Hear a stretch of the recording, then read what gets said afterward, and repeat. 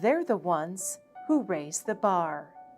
The ones dedicated to providing care in the most demanding of circumstances. The ones that understand the healing benefits of kindness and compassion. They're the people of Sarah Bush Lincoln, and they set the bar high. Sarah Bush Lincoln, trusted, compassionate care right here close to home. Carl is redefining healthcare around you, innovating new solutions and offering all levels of care when and where you need it. Investing in technology and research to optimize healthcare, Carl, with Health Alliance, is always at the forefront to help you thrive. Meeting the ever-changing healthcare needs of our communities, Paris Community Hospital Family Medical Center is now Horizon Health, with the same ownership, management, providers, and employees. Horizon Health provides patient care and promotes wellness to the communities of East Central Illinois. At HS St. Anthony's Memorial Hospital, we are at work transforming heart care, rebuilding knees and hips, delivering new generations, and focused on providing health care to you. We are HS St. Anthony's Memorial Hospital. Hi, thank you so much for joining us today for this episode of Being Well. I'm your host, Key-Ann Armstrong, and we are going to be talking about a variety of health issues concerning women's health, and we're going to focus primarily on pap smears and abnormal bleeding. And joining me today is Dr. Maria Horvat with Horizon Health. Thank you so much for coming today. Thanks for inviting me. This is a really important topic for women and for the loved ones in their lives to understand some things that are happening in their loved ones' lives as well. So. Right. Well, there's a lot of what we're going to talk about today are common problems that I see in the office.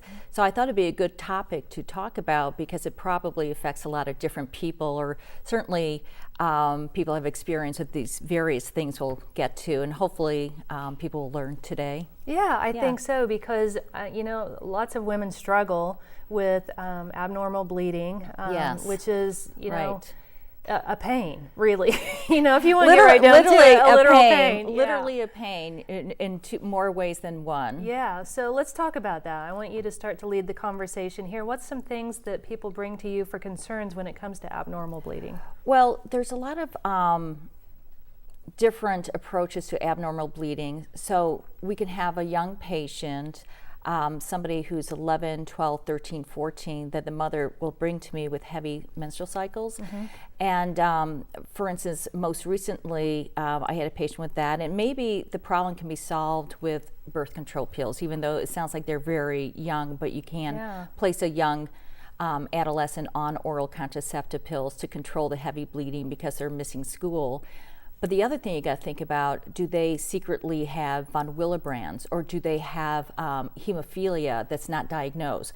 So you also have to be thinking of those particular problems. So one form of bleeding in that age group is just they have regular cycles, but it's heavy. And then there's the other group in the adolescent group that has abnormal bleeding in that they'll go 4 months without a cycle, and then they'll bleed for 42 days, and then no cycle for 9 months, and then finally some sort of cycle for 14 days. And that can be a sign of you're not ovulating the way you're supposed to. It's dysfunctional. Mm-hmm. And a lot of those patients might have polycystic ovarian syndrome, which is a common cause in that age group to have that sort of irregularity. Another reason for that sort of irregularity may be just that their hypothalamic system between the ovary and the brain isn't quite developed yet. Is that due to their age?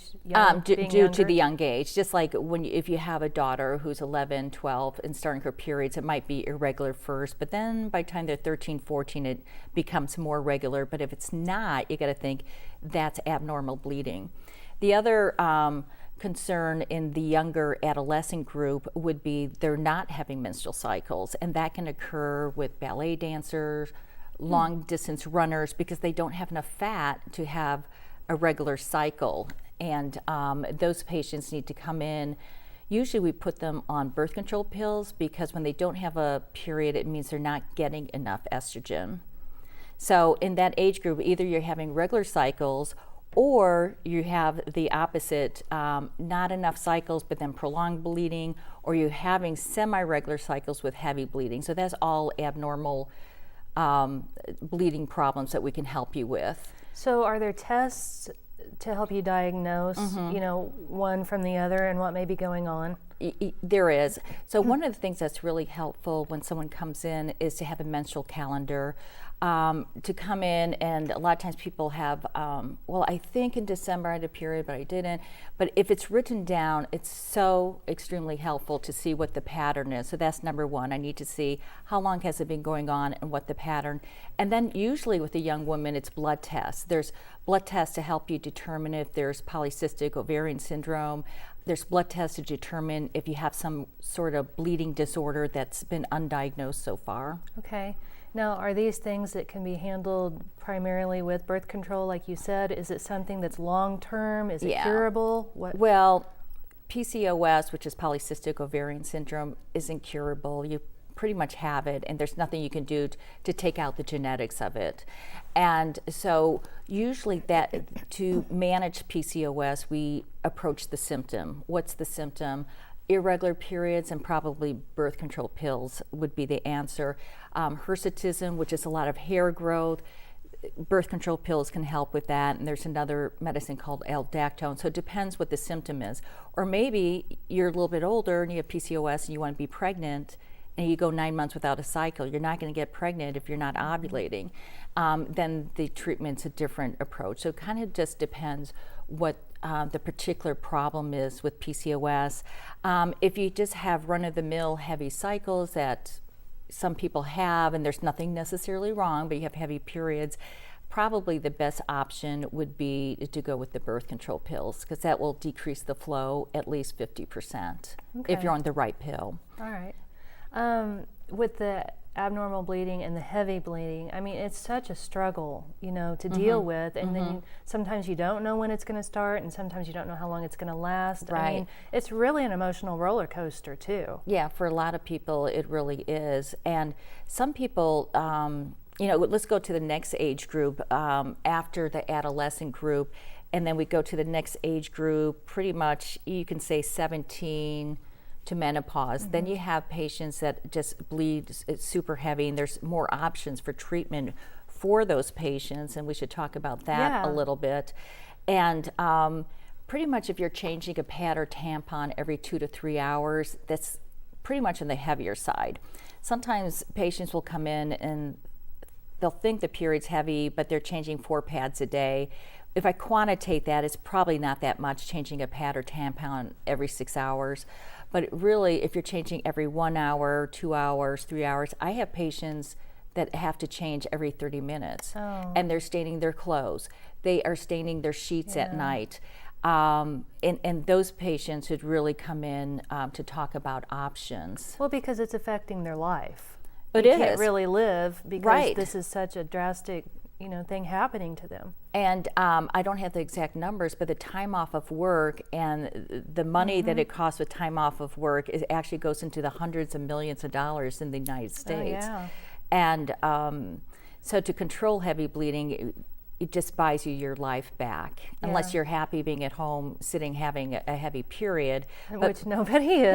No. So you want to go to the ball games, you want to live your life, you want to go to the wedding without, and feel good. Yeah, and feel good, not be anemic, and that sort of thing. So the workup when somebody's older, again, the menstrual calendar kind of helps me determine a lot of different things. And there's 2 types of abnormal bleeding. There's ovulatory bleeding, meaning you're ovulating, you're having pretty much a cycle every 25 to 35 days, which is considered fairly regular. Not everyone's a perfect 28 days. And those patients tend to have more anatomic problems, such as a fibroid, which can cause heavy bleeding. Another reason for heavy bleeding would be adenomyosis, which is actually endometriosis into the wall of the uterus. And those uteruses tend to be a little bit enlarged, a little soft and boggy if I do surgery on them. but those would be the anatomical reasons for heavy bleeding. Polyps can cause heavy bleeding, but you got to think off the grid sometimes. What if you haven't seen a doctor in a while and you have cervical cancer and that's why you're bleeding? Then there's anovulatory bleeding, which means it's unpredictable. You're bleeding for 42 days in a row. That just sounds miserable. It is, and I've had patients, they come in, their hemoglobin's 4 or 5, and I have to transfuse blood, get the situation under control in a short run, and then decide upon a plan. Yeah.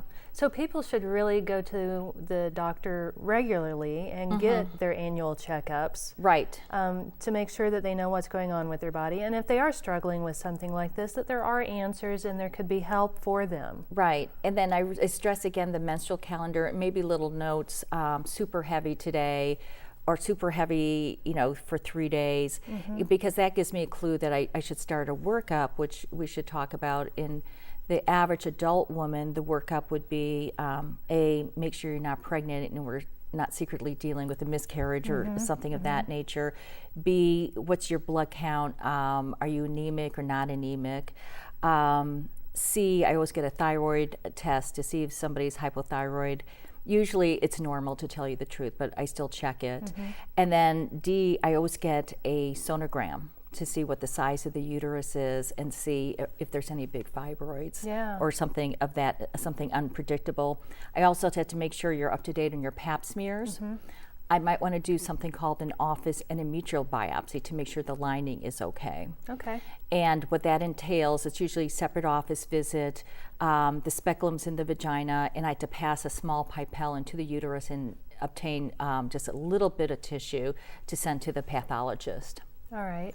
So do you do that like a pap smear is done, or explain, the pap smear, the procedure for that, because there may be younger people watching, or pass this information on to help explain it to someone who's never had one. Yes. Well, the pap smear and the endometrial biopsy are two different things. So pap smear, most people would be familiar, but if someone's watching that's younger, what it entails is we place a speculum into the vagina, and then we can visualize the cervix, and then we take a swab of the cervix and send it to the laboratory. And at the lab, in the old days, it was called a pap smear because literally it was a slide with a smear, and we fixed it with hairspray or a fixative. And a human being would be looking at that smear, but now it's computer. It's all, if you notice your pap smear specimen, we swirl it in a little cup, and it goes to a lab, and with computer technology, they're picking up the abnormal cells, and it's actually improved on, there's less false negatives, so we're getting more true positives by doing that. Yeah, which is good, because when you get something that's concerning, then you're thinking, oh my goodness, there's something wrong, something really wrong. But then sometimes you go back and it comes back okay the second time, and that was worry for nothing. Yeah, and that can definitely happen. And then an office endometrial biopsy is different because the speculum's in the vagina, but I have to go higher up. And so I would say it's more uncomfortable, but you definitely have to go higher up and get that tissue to make sure everything's it's gonna pinch. Okay. Yeah, I like the little pinch. I give local anesthetic. Not all doctors do, but I do because I personally wouldn't want to feel so much of what's going on. Local anesthetic is always a good thing, I think. And we'll get back to the pap smears in a bit, but going back to the heavy bleeding, so options when somebody's older are, in general, there's a shot called Depo-Provera, but a lot of it works well. It can stop your periods. You come in every 3 months. The problem is some people have an increased appetite and can gain weight, so a lot of people don't like that. Birth control pills can be okay, but if you're over 35 and smoke, you can't take the birth control pill. If you have hypertension, you can't take the birth control pill. So there's a lot of contraindications to that. So we just, that's something that you have to discuss with your doctor about that. The third option would be a great option for a lot of people is the Mirena intrauterine device. It's one of my favorite choices for stopping heavy bleeding. It provides contraception also if you need that, and it will stop your heavy bleeding. The side effects are some people can have irregular spotting, and then some people can say they can feel it. But having done this for a long time, I can say 85% of people are satisfied. Another option would be an ablation procedure where we actually burn the inside lining of the uterus. But we need you to be in the operating room to do that. And but some people do in their office, but you still have to have anesthesia in the office. I personally do in the operating room because that's the setup that I have currently. Is it considered outpatient? Do you go home that same day? Okay. It's an outpatient procedure, and what it entails is preoperatively, your biopsy has to be okay, your pap smear has to be normal, your ultrasound has to meet some criteria. The other thing is you need permanent contraception, so you can't, you should not get pregnant when you have an ablation, and I'll get into that in a minute, but either you have to have a tubal ligation or your partner has to have a vasectomy. All right. And the reason is once your uterus is scarred and burned in the healing process, if there was a conception, it's not going to grow normally. You can have an ectopic pregnancy, or it could be up in the corner of the uterus and it can't grow, and it could actually blow out the corner of your uterus because it can't get into the uterine cavity. It's almost a complete disaster. Right. So you really have to make sure that you are done having children before you have an ablation. Right. Or if you are planning to have children, maybe talk about some of these other choices before you get to that point. Absolutely. And maybe that can come later down the line. Right. If you still need it. Yeah, birth control pills, the Depo, and the Mirena IUD is really great for somebody who's not quite sure if they're going to have more children, because all of these things are reversible. All right. Now the Mirena ID, do you still have a regular period if you have that? No, it stops. Okay. But one of the side effects before your period stops is you might spot, and it's more annoying than it's heavy. And it'd be really rare. I mean, maybe a couple times I've had a patient expel the IUD because of the heavy flow, but maybe once every 2 years that would happen. And I place a lot of these. Okay. And then with these options, a lot of people come and say, well, my mom had a hysterectomy, my grandmother had a hysterectomy, and I can tell you in the 90s, and I was in this area in the 90s, I would say 6 to 14 hysterectomies a month, it just depending what was going on. Now it's one hysterectomy like every 2 months. It has markedly decreased the need for hysterectomy. Wow. Yeah.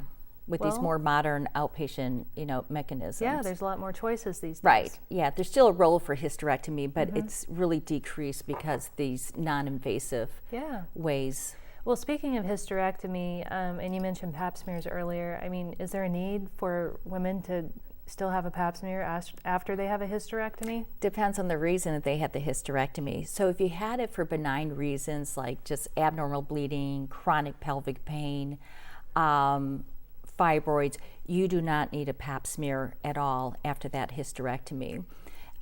If you had a hysterectomy for endometrial cancer or cervical cancer, you need to continue to have pap smears. You mentioned birth control pills could be started at age 11. Or I probably would hesitate. I would probably say more like 12 and a half, 13. Okay, a little older. Yeah, a little bit older. Okay, and then is there a point where women need to stop taking birth controls? Oh, pills? Yeah. Well, not really. So this is the thing about birth control pills. So a lot of people, they think they need a break. I've been on it for 4 years, I need to take a break. You don't need to take a break. So in terms of future fertility, when you want to have a child, you stop the pill, and some people start to ovulate in 1 month, but sometimes it takes up to 9 months before you're having regular periods after being on the pill for a while.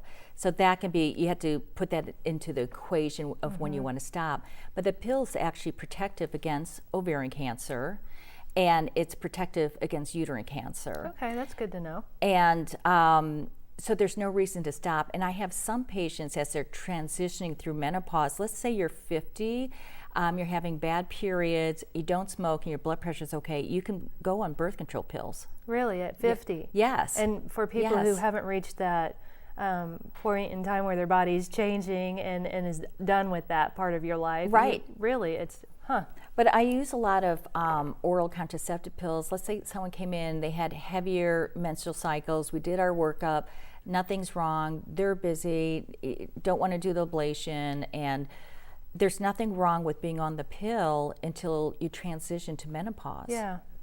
And so a lot of people don't know that that's definitely an option. Okay. Yeah. I want to go back to something you mentioned earlier. It just came back to me what I wanted to ask you about fibroids. Yes. Those can be removed as well. They can. And so if someone's going to have a myomectomy, usually that procedure is done more if you're preserving your fertility. Okay. A myomectomy is actually much bloodier and technically more complicated, especially if you're doing it through the laparoscope, than just doing a hysterectomy. Because what happens is you scoop out the fibroid and there's kind of a raw surface where the fibroid used to be, and you have to put it back together, and there can be more blood loss with that than the plain old hysterectomy. So if someone's done childbearing, I probably would say, why don't you just do the hysterectomy? But if you're going to have more children, then I would say yes, just do the myomectomy is the name of the procedure. Okay. And sometimes people have fibroids not just on the outside of the uterus, but inside the uterus, and that I can approach vaginally, and using certain equipment, I can remove a fibroid inside. Whether or not you're going to have more children or not, and sometimes that can help some patients too. But if it's on the outside, let's say it's a 5 or 6 centimeter fibroid, you'd have to look at your future fertility and what your wishes are. Yeah. Yeah. So more decisions Yes, to more make. choices. Yeah, and the other choice we haven't even talked about is there's an embolization procedure where you can have emboli that the radiology department send to the fibroid, and it causes it to become necrotic and shrink up. Oh. Yeah. And Isn't that that can help something? some people. Yeah, Yeah. It's interesting that It that is can be done. so many different things. Yeah, there's Yeah. definitely options. Well, we have just a couple of minutes left. What have we not covered yet? Well, the pap smear schedules, we haven't gotten to that. So Okay. the age for the first pap smear is 21, which Right. is a big change from, you would start as soon as you're sexually active. So now we wait to you're 21, and then it's every 3 years as long as your pap smear was normal. Okay, so you don't have to go every year now. Well, you have to go in for your annual exam. Oh, okay. But the pap smear is just a lab part. So we Okay. might not send the pap smear every year, but we still want to see you in the office Okay, every so don't year. skip it. Go No, every no, year. no. It doesn't mean you get to not Right. skip Well, it's seeing not me. something people really look No. forward to. You know, you're like, oh, I got to go do this, but it's something you need to keep in check. Yeah, well, everyone who comes in, even this morning, someone's like, I hate this. I'm just like we all do, and I'd probably be disturbed if you said you liked it. So it's like, I know, it's like going to the dentist, or like for me to go to the dentist. I know that, it's not our favorite thing, but we do have to take care of ourselves and get it done. But anyways, the pap smears are every 3 years. Okay. And if you're a normal pap and HPV negative, you can go every 5 years. In my book, that's a little bit long, but the studies say we can do it. So the maximum I'll go is every 3 years. Yeah. That's what I'm comfortable with. Okay. And we'll have to see you more often. The pap smear is abnormal. And if it is abnormal, you'll get that phone call that it's abnormal, that we need to see you back and do a procedure called colposcopy, where the speculum's in the vagina, and I place a vinegar solution against the cervix. Abnormal cells pick up the vinegar solution, so it turns white with the vinegar. So I know what I'm aiming for when I do a biopsy, and I'll take a few biopsies, and that tells me for sure if something's abnormal. So if you get that phone call that you have abnormal pap, it's really a red flag. It doesn't tell you what's wrong. The biopsy, the actual tissue biopsy, will tell me if you need further treatment or if we can just watch you. All right. Yeah. Well, I'll tell you what, this has been so informative, and being a woman Thanks. myself, I mean, just knowing that there's choices out there, you don't have to put up with this in your life, and, No. and knowing that you can, make a change is really, really helpful. I really appreciate you being on the show yeah. today. Well, thanks for inviting me. Yeah, thank you. Yeah. And we hope that you have received some helpful information in this episode of Being Well, and we hope to see you next week. At HS St. Anthony's Memorial Hospital, we are at work transforming heart care, rebuilding knees and hips, delivering new generations, and focused on providing health care to you. We are HS St. Anthony's Memorial Hospital. Meeting the ever-changing healthcare needs of our communities, Paris Community Hospital Family Medical Center is now Horizon Health, with the same ownership, management, providers, and employees. Horizon Health provides patient care and promotes wellness to the communities of East Central Illinois. Carl is redefining healthcare around you, innovating new solutions and offering all levels of care when and where you need it. Investing in technology and research to optimize healthcare, Carl, with Health Alliance, is always at the forefront to help you thrive. They're the ones who raise the bar. The ones dedicated to providing care in the most demanding of circumstances. The ones that understand the healing benefits of kindness and compassion. They're the people of Sarah Bush Lincoln, and they set the bar high. Sarah Bush Lincoln, trusted, compassionate care right here close to home.